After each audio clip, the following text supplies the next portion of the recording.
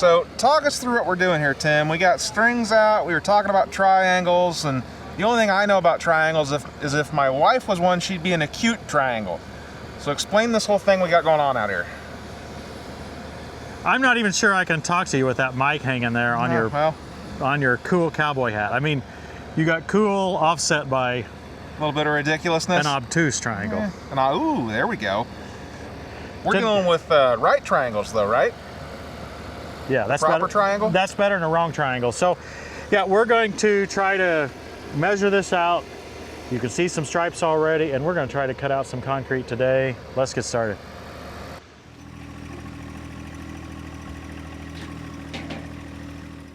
I'm not a surveyor by any means. By the way, if you want to get good information on how to do this right, I would recommend you go visit Essential Craftsman. He walks through how to lay out a building in a way that's just so simplistic and understandable. I'd highly recommend that. But what we've done is we've taken a couple of stakes here. We've got them both 30 feet away from the house, and we did a cross measurement to get them equidistant from each other. So by the time we measured 30 feet from the house, it's a 30 feet square, this portion of the building is. 30 feet from the house for each one, 30 feet between the two stakes. Then if we do the cross measurement, that will allow us to get it pretty square. Now ours is not absolutely perfect because for our needs, it didn't have to be, but it's within, I don't know, half an inch. And I believe most of that variable is in this direction, which is not important to us at all for our purposes here today. For our purposes, we're trying to figure out how much of this concrete needs to be removed. If you haven't been keeping up our last building update episode, we had done some elevation work, decided that we would be able to leave this concrete in place. Well, of course, we can't leave the sections where the posts are going to be placed, and the foundation has to be done there, so we have to get those posts through the ground, but we don't have to remove the rest of it, and that will save us a lot of time and a lot of disposal on the concrete.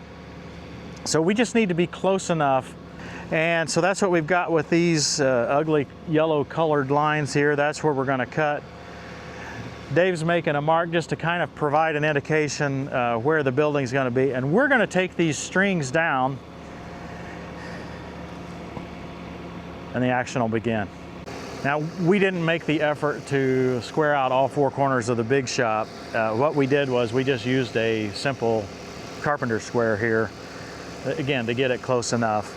And so the building's going to end roughly here and go a little further that way behind the tractor, which is running, by the way. And you see a tractor just stopped running. That's a late model tractor. All of you guys know what that's all about.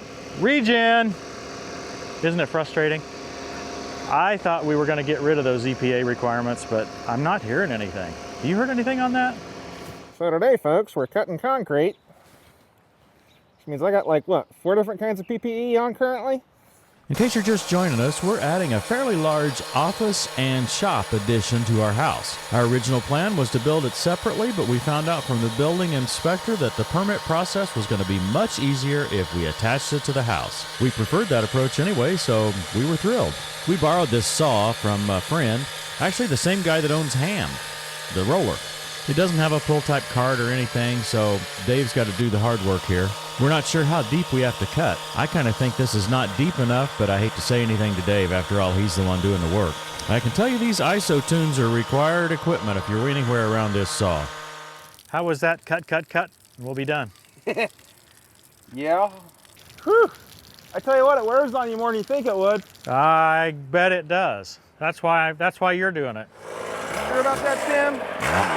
Well, I want to make sure that the camera sees me doing it.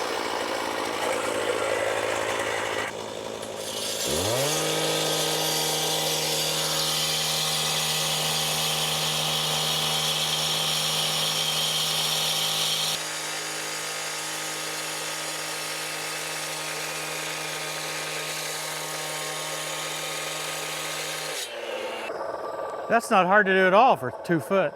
I'm sure it wasn't. Well, yeah, the first 6 foot over here was kind of fun.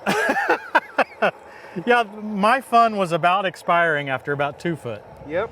Okay. Why don't you hop on that big old mini there? That we See call if I Mickey. can start busting it up. Well, let's make sure that what we're doing is even working. I agree.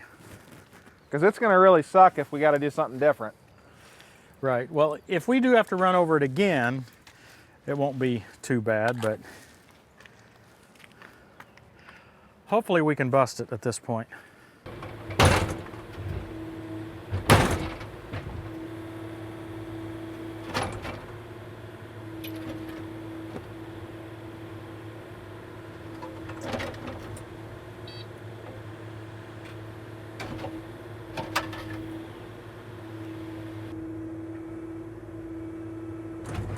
Is it kind of coming up along the cut line? Not really. It actually came up along that seam over there more than it did where we cut.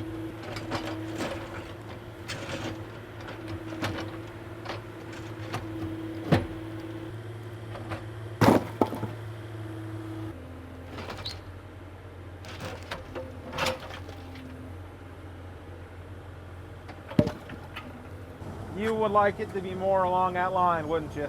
Yeah, because see, we're damaging our foundation there. I think we could run that saw back through there pretty quickly, a little deeper.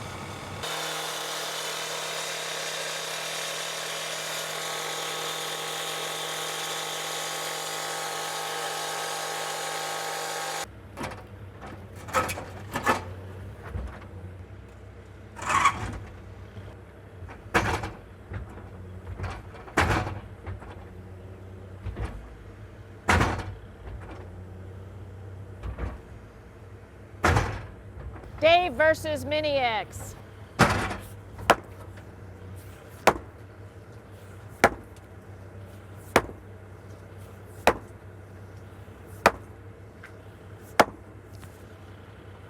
Pull believe up you can. along there and see if that does anything. I believe you can hit it harder than I can. I think I can. Part of it's because I got 5 hammers, Yeah.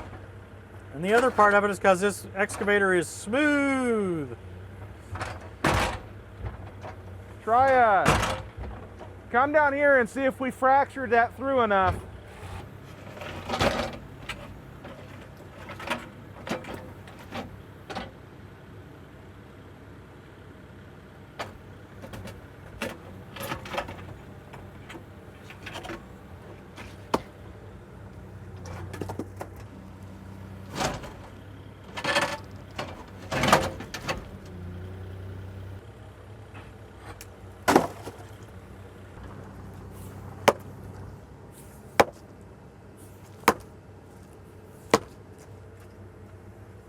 Wait till I put a pressure on it. Now whack.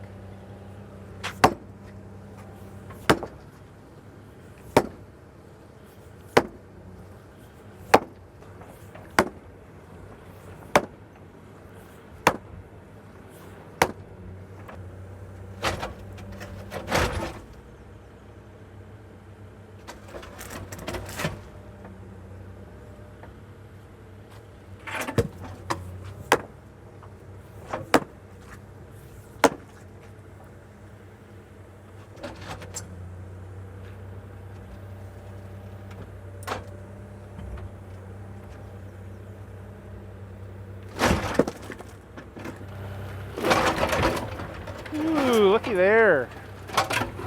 Good piece. I'm just looking at how much less sawing I'm gonna have to do. Yeah. Because I think he cracked that whole side out doing that. Oh, okay. It's all separated up in there. Good. Oh, look at that. Nice. So what do you think, Tim? Why are you very happy? Why am I very happy? Because, well, swinging the sledgehammer is more in my wheelhouse than running that big old giant concrete saw. You like the sledgehammer approach.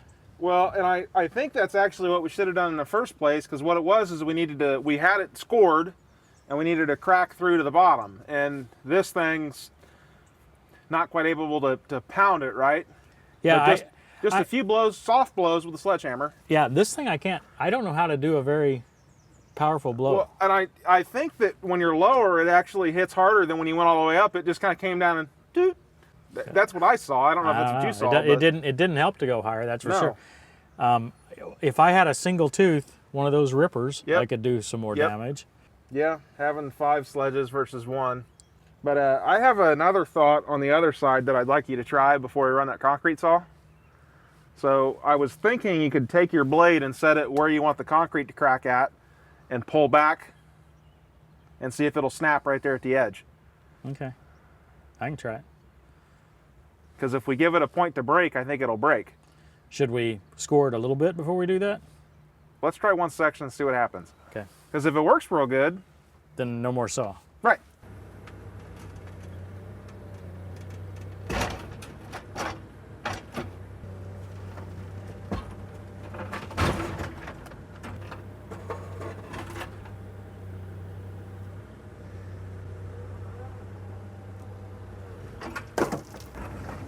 That get it? Yeah, it's not as clean. Do you want to score a section and see if it works any better? If it was all that good, I'd be fine. Keep trying it. Don't you think? To me, it's not a problem, but I don't know what you're after, so. The main thing is that we don't destroy this concrete as a foundational piece, right? Right. Oh, that's wonderful. It's a giant piece that's already there. We don't have to put fill in, and it adds some strength to it. Now, I don't think we could have done that in the middle. No, we had to cut it. You're a little further back than your line, but Well, before it didn't break exactly where he wanted it at, but this time it did. It broke right there at the base of that blade. yeah. You know, some people pay a lot of money for a rock face like that. It's that, you know, rough, broken look. Just think though, somebody was real happy the day this all got poured and went in and was a basketball court. Now we're happy when it's being torn up.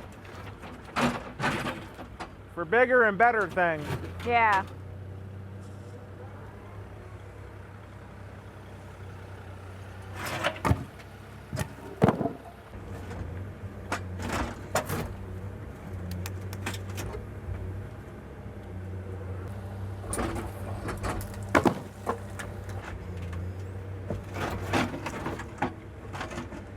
I swear they just keep getting bigger.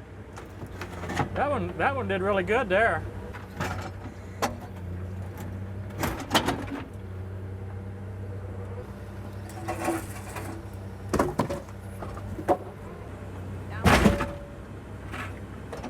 That looks pretty good, Tim. Great idea, Dave. I'm glad it worked. Yeah, me too. I'm happy. Now, what do we do with it? It's a bigger pile than what I anticipated. Should we haul them off? I'm thinking they're going to be a thorn in our side myself. Our trailer's not dumpable though. Will they dump off your black one? I don't know. That's a lot of weight. I haven't dumped it for years. The jumper cables aren't long enough, and so we jackknifed the thing here to make them work. Battery, of course, is dead in this trailer. I haven't dumped it in a long time. Dave wanted to use this. It's not a bad option, it just isn't in tip-top shape. He wanted to use the Ridgeline because he didn't think it would pull it. I imagine the battery is dead, not just weak. Yeah, dead. Well, and it's a Dura Don't Last, so. Well, the other thing too is if we think the battery's dead, we can take the Just disconnect disconnect it. Yep. Okie dokie, we got her dumping empty now. Question is whether we can dump it full.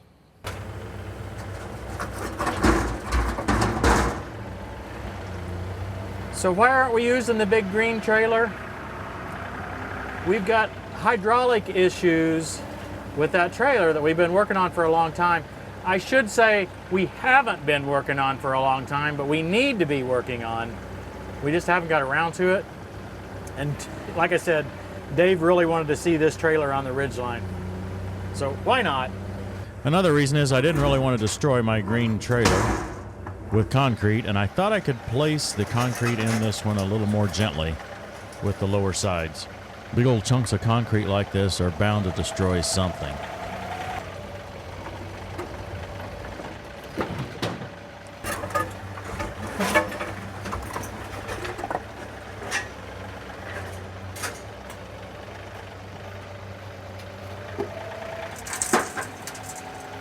Guess I didn't capture it on video, but notice my fender there. Yeah, I dropped a piece of concrete on it. Okay, here we go. Uh-oh.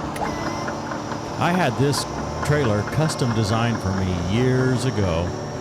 It's a car hauler that also dumps. This seems like the perfect solution for a subcompact tractor owner trying to get by with a single trailer. I looked and looked for a manufacturer that would build something like this and only found 2 that made them. And I chose dktrailers.com. They still have pictures of this one on their website along with a bunch of other unique styles. Check them out. It's not sponsored. They're just good guys there in Coal Ridge, Nebraska. It was quite a drive for us.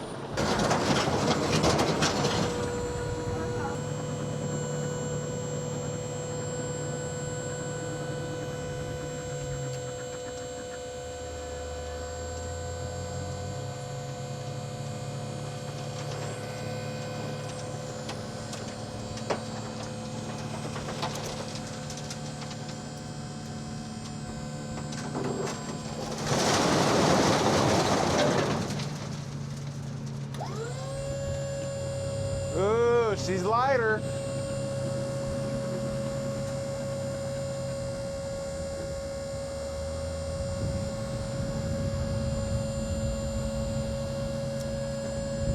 So we'll go all the way up, and then we'll have to unhook the jumpers, and then we'll have to drive up, and then we'll have to go turn sideways again, and then we'll have to put the jumpers back on to lower it. At least it dumped, Bobby. I am thrilled to see that, because otherwise you were going to have to take it off by hand. I didn't like that idea. No, I don't. I didn't even like that idea. Oh, this ought to be good. Kind of tough on my sideboard on this side. Oh, it's totally tearing up my sideboard.